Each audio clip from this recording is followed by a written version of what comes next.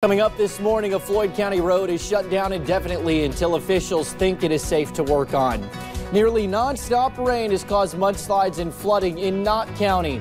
And officials say some communities in Floyd County are at even more risk during heavy rain because of where they were built. Dedicated to eastern and southern Kentucky, this is WYMT Mountain News This Morning.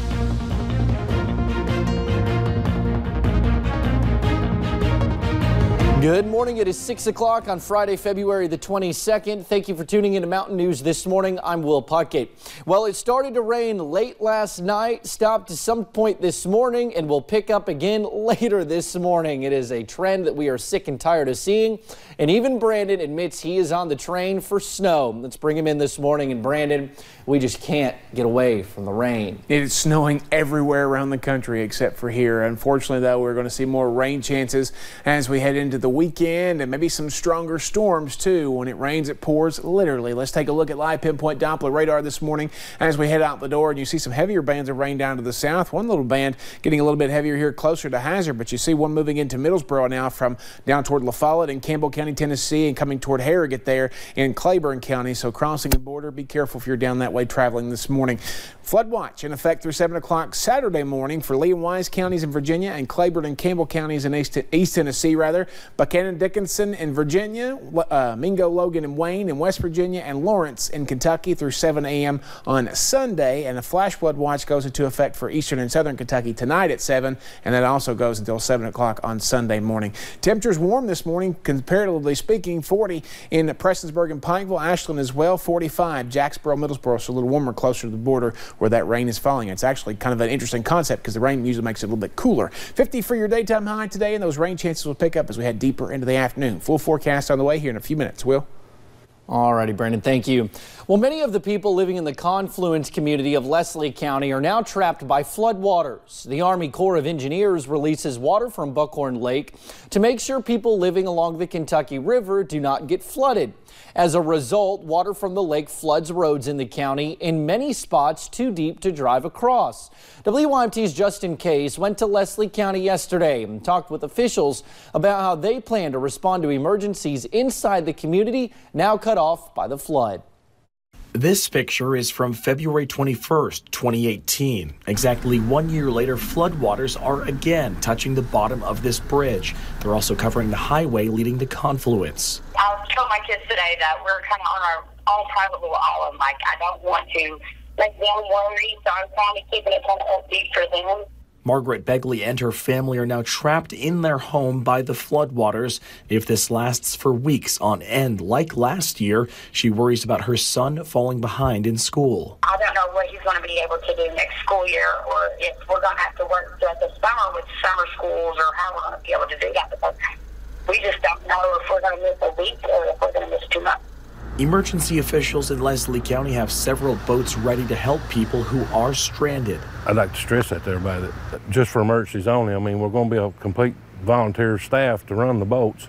This river is already filled with trees and trash and things that can be hazardous to small boats. It's going to be risky enough with, all the debris and stuff in the water that we have to go through.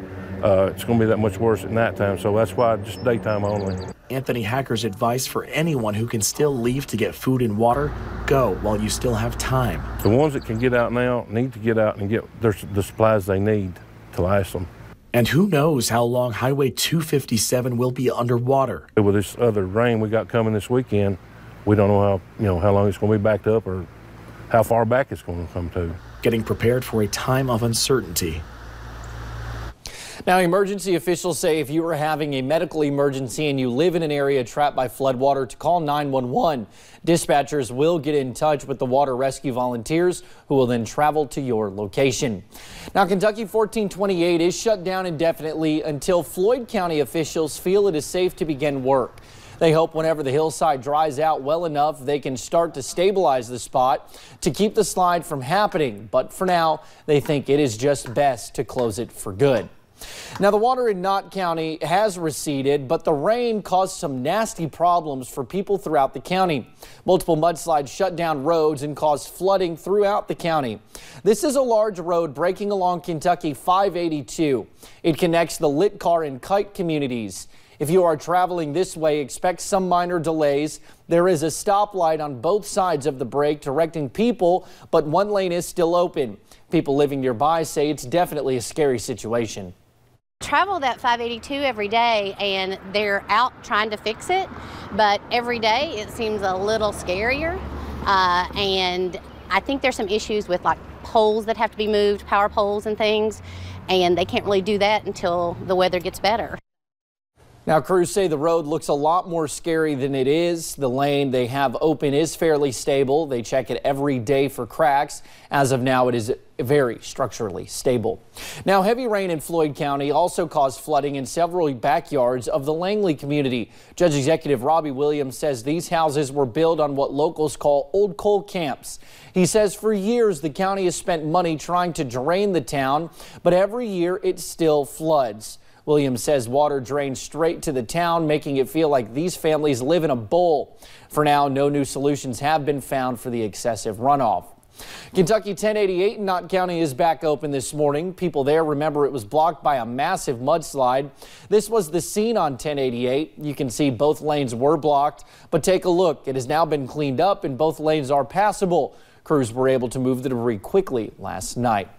Now, water over the roads kept crews busy in Knox County. WYMT's Hannah Reynolds talked to some people worried they would become surrounded. It's keeping locals on their toes. I guess maybe the old saying goes, we'll just take it as it comes. That's all we can do with it. But with more rainfall on the way, crews and homeowners in Knox County fear the worst. But now, where they're talking on the news and the weather, we may have about 2 days again before we'll start all over again. I hope that the weatherman's dead wrong. Bless his heart, I hope he's as wrong as he's ever been. Thursday at about noon, people living on Highway 459 could see the water creeping up. It gets bad, and with as much rain as we've got coming and as wet as it already is, there's just nowhere for it to go. Soon after, they were blocked in. Unfortunately, the neighbors have seen this happen several times, and they know what they're in for. Where we're standing right now, by the time it crests, it'll be over our head. Now, all they can do is prepare. I mean, there's nothing really you can do except buy you a bunch of groceries and help your neighbor out. And hope those water levels don't keep rising. In Knox County, Hannah Reynolds, WYMT Mountain News. Mr. Satterfield, I hope the weatherman's dead wrong too. Well, now one homeowner along Highway 459 even said he has a boat in hand ready to help anyone out on the road that may need it. Meanwhile, the boat ramp and dam at Buckhorn was closed last night due to the flooding. We sent a photographer up there so we could show you what it looked like. Earlier, the lake was sitting at 808 feet. That is about 26 feet above Summer Pool. So the Army Corps of Engineers opened the gates. Now, another focus for the Army Corps of Engineers is at Lake Cumberland. We could see a record-breaking month there.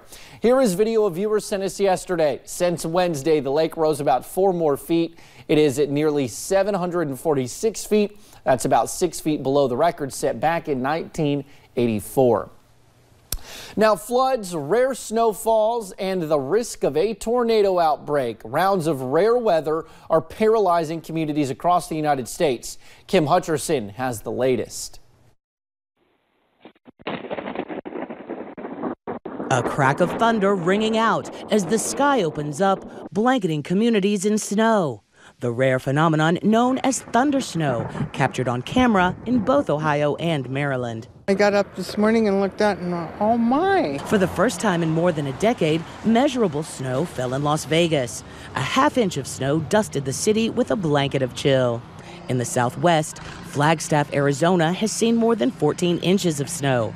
That same storm bringing heavy snow that continues to fall, triggering an emergency in Prescott, Arizona. I thought I'd better get gas and a six-pack and then, stay home for a little while. And the weight of heavy snow caused this house to cave in Utah. In Minnesota, whiteout conditions didn't slow one woman down. She strapped on her skis and trekked into work. It's not so bad. And before you know it, it's spring. Torrential rains up to 6 inches in some places, triggering floods and mudslides in the south, breaking the banks of many rivers that were already at or above flood stage, turning many roads into rivers and completely destroying some, as the risk of a tornado outbreak threatens a large area of the southeast this weekend. I'm Kim Hutcherson reporting.